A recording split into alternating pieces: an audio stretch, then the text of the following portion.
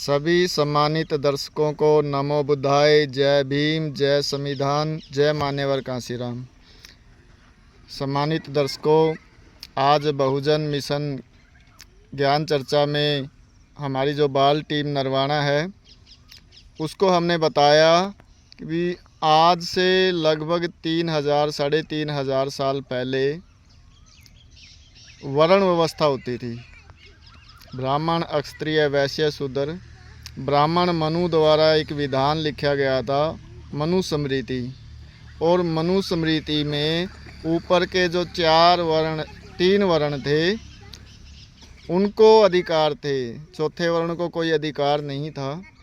और एक अलग ही समाज था अछूत, वो वर्ण व्यवस्था से बाहर था, उसको अंत्यज बोलते थे। और जो जंगलों में रहते थे उनको आदिवासी या जंगली बोलते थे। 4 प्रकार की जो वर्ण व्यवस्था थी उसमें इन्होंने 4 युग बनाए।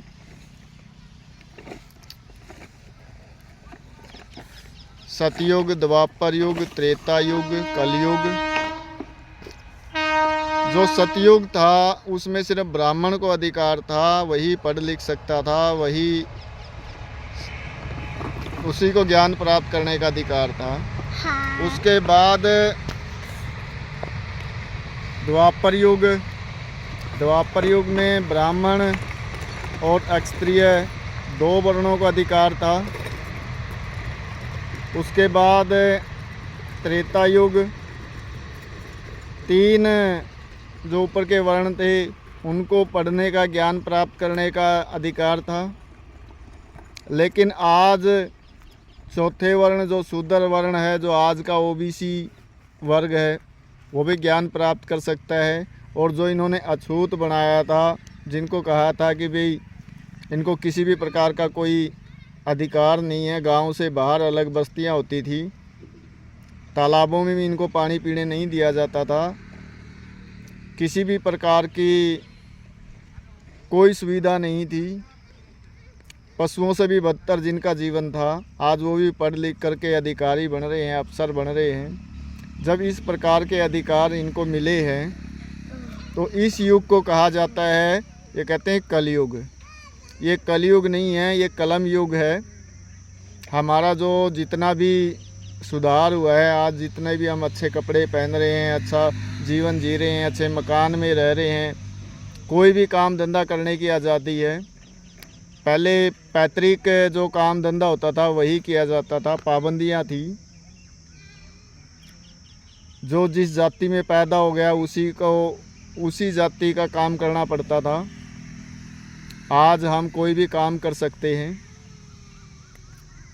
हमारे जो पुरखे थे उनको 5 प्रकार की जो गुलामी थी वो झेलनी पड़ी थी।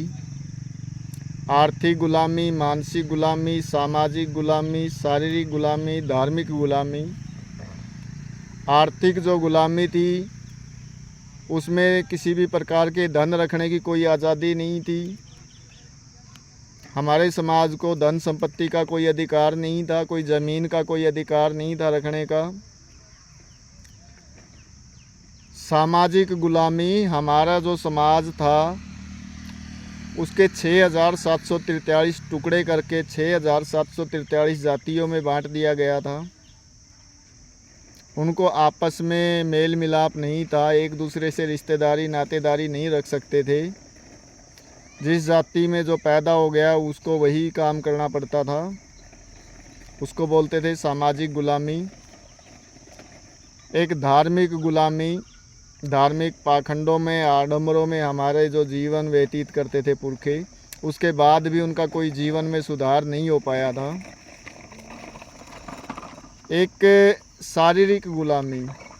शारीरिक गुलामी आप देखते हैं कि भाई हमारे जो पुरखे होते थे, 5 साल का, 7 साल का, 10 साल का बच्चा से लेकर के 80-90 साल तक के बुजुर्ग तक वो मेहनत करते थे, काम करते थे।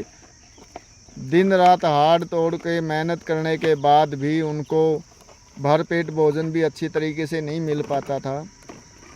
वो भी अपमानित तरीके से उनको अपना जीवन जीना पड़ता था। अच्छे नए कपड़े नहीं पहन सकते थे, मुर्दा लोगों के कपड़े पहनना पड़ता था। ऐसा जीवन उन्होंने जिया है। एक थी मानसिक गुलामी। मानसिक गुलामी में पाखंडवाद और ऐसी व्यवस्था में हमारा जो समाज है वो डाल दिया गया। उनको बताया गया कि आपके जीवन में जो दुख है, तकलीफ़ है, परेशानियां है, वो लोग पत्थरों की तरफ भागना शुरू कर दिया। लोगों ने बहुत तरह के आडंबर अपनाने शुरू कर दिए, टूने टोटके अपनाने शुरू कर दिए, बहुत सारे की प्रथाएं इन्होंने चला दी। इस प्रकार 5 प्रकार की गुलामी में बांध करके इनका जो जीवन था बद से बदतर हो चुका था। हमारे पुरखों ने तो झेला है। आज हम सच्चाई बता रहे हैं तो कुछ लोगों के पेट में दर्द हो जाता है। फूले मूवी में भी हमारे इतिहास के बारे में बताया गया है, लेकिन ब्राह्मणों के पेट में मरोड़ उठी, उन्होंने नारेबाजी की, विरोध किया, उसके बावजूद भी फूले फिल्म चली। हालांकि बहुत सारे कट लगे, कट लगने के बाद भी वो फिल्म बहुत अच्छे तरीके से चल रही है। हम इस प्रकार का डेली बाल टीम के माध्यम से थोड़ी थोड़ी जानकारी देते रहते हैं। आप सभी से अनुरोध है कि इस बाल टीम का हौसला बढ़ाएं। हमारा जो वीडियो है, हमारी जो वीडियो है वो ज़्यादा से ज़्यादा शेयर करें, चैनल को सब्सक्राइब करें, लाइक करें, कमेंट करें। आप सभी को नमो बुद्धाय, जय भीम, जय संविधान, जय मान्यवर कांशीराम।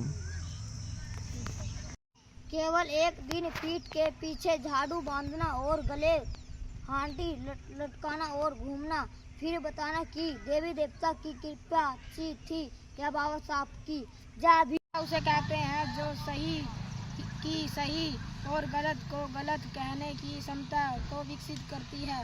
जय भीम। सोए हुए लोगों को भी पीठ है और सोए हुए लोगों जागे हुए आदमी को बर्दाश्त नहीं करते। जय भीम। यह शान, यह शौकत और यह ईमान ना होता, आज कोई इस देश में किसी का मेहमान ना होता।